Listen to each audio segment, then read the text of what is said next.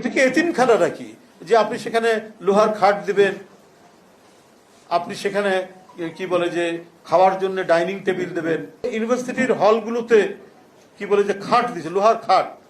তো ভাই এটা কি ইয়ের দায়িত্ব নাকি, কোন রাজনৈতিক সংগঠন বা ডাকসুর দায়িত্ব? আপনি ছাত্রদের দাবি দেওয়া নিয়ে ভাইস চ্যান্সেলরের সাথে বার্গেনিং করবেন, আন্দোলন করবেন। এখানে কি বলে যে বাসস্থানের সমস্যা আছে, ছাত্রদের থাকার কোনো পর্যাপ্ত মানে ইয়ে নাই, খাট নাই, চৌকি নাই, এটার ব্যবস্থা ইয়ে করতে পারে কি না। এটা হচ্ছে পার্টির তরফ থেকে প্রশাসনকে কিছু লোহার খাট 100 নির্দেশ দেওয়া হচ্ছে। এটা তো একটা অদ্ভুত ব্যাপার। এটা তো এই জিনিসটাই হচ্ছে যে স্টেটের যে একটা আইনগত ভিত্তি আছে, রাষ্ট্র যেভাবে গড়ে ওঠে, এটা তো রাষ্ট্রের বিরুদ্ধে একটা কাজ। যে আপনারা এটা কি এতিমখানা নাকি যে আপনি সেখানে লোহার খাট দিবেন, আপনি সেখানে কি বলে যে খাওয়ার জন্য ডাইনিং টেবিল দেবেন। তো এই জিনিসগুলো কিন্তু খুব বাজে আলামত বলে আমাদের কাছে মনে হচ্ছে।